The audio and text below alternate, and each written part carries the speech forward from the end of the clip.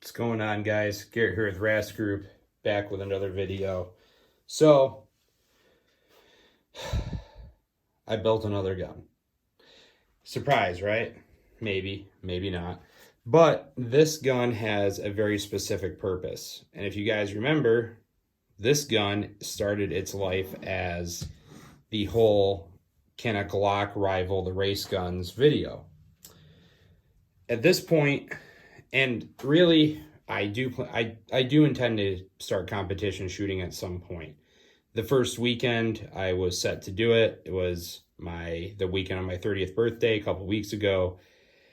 Bacterial sinus infection for 2 weeks. I was knocked out on my ass. There's no way. So I'll be trying to get back up there for June, for the June contest. Anyway, so I did some thinking, and as most of you have seen before, this is my standard Glock 17 right here. This is the OG. This drew a lot of inspiration from this Glock 17 Gen 5, which is my duty gun. It's the gun that I traditionally use for everything. However, I wanted to see if I could reap some more benefits from this platform, given some aftermarket enhancements, right? I wanted to keep, I already had the Gen 3 frame. I wanted to keep it like that. And I said, okay, what can I do? What do I want? How can I go faster, be more accurate, whatever? So, first things first, it is clear. This mag is in here for lock back purposes only. Nobody be scared. I'll show you this one too, because I know somebody's going to get real sad.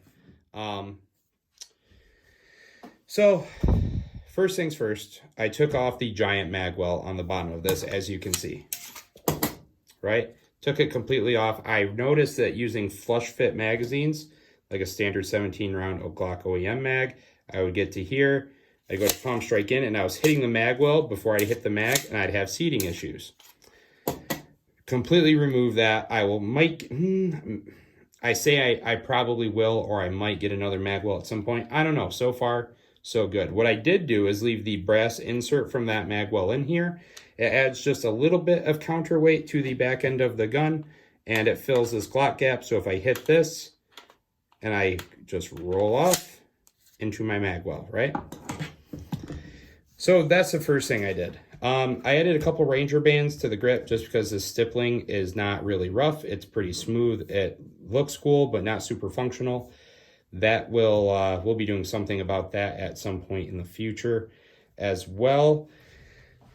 Still rocking the Surefire X300. The trigger has changed. This is a Overwatch Precision drop-in tack trigger kit. So take up much shorter, definitive wall. I break through that. The reset.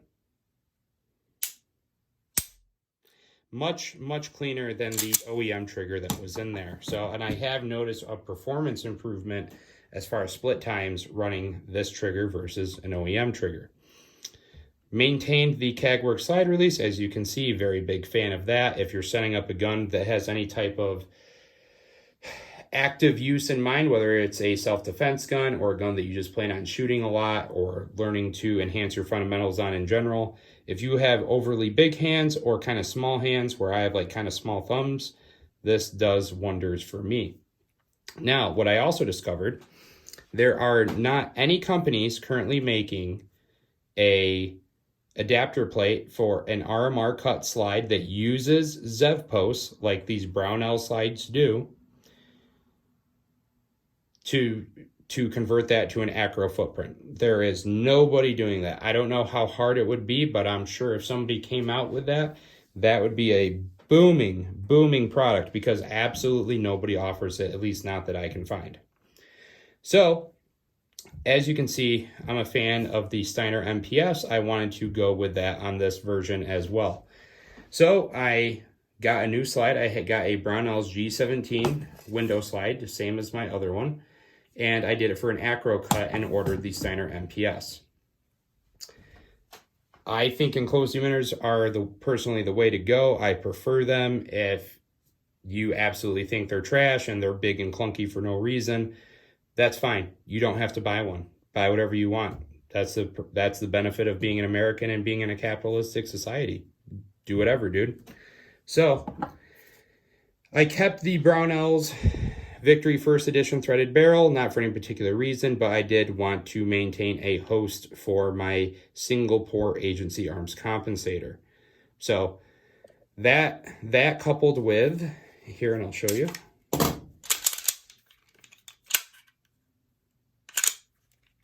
Oh.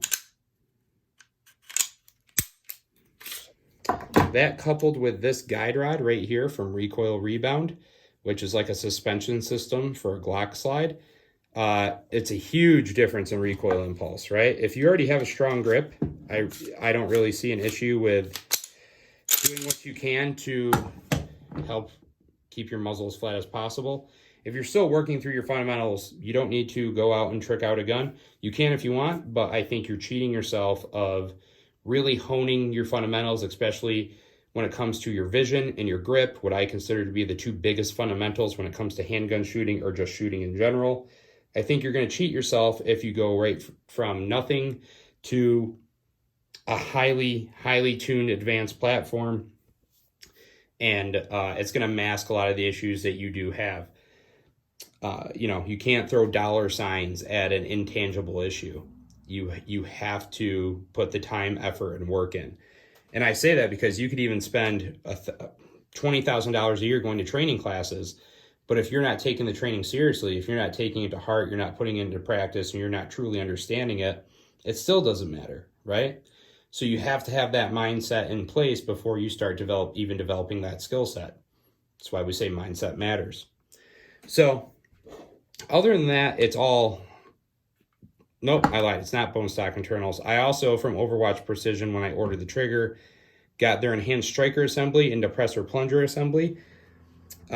Just because looking at the description and talking about the enhanced reliability of those parts and why MIM parts are traditionally, mass-produced parts are you could potentially have some issues with or some longevity issues.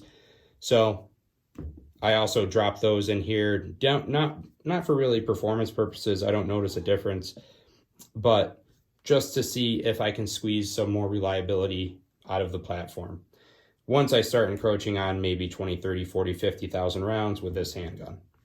So this is the handgun I've been running quite a bit lately. I've been doing a bunch of cold start standards with this.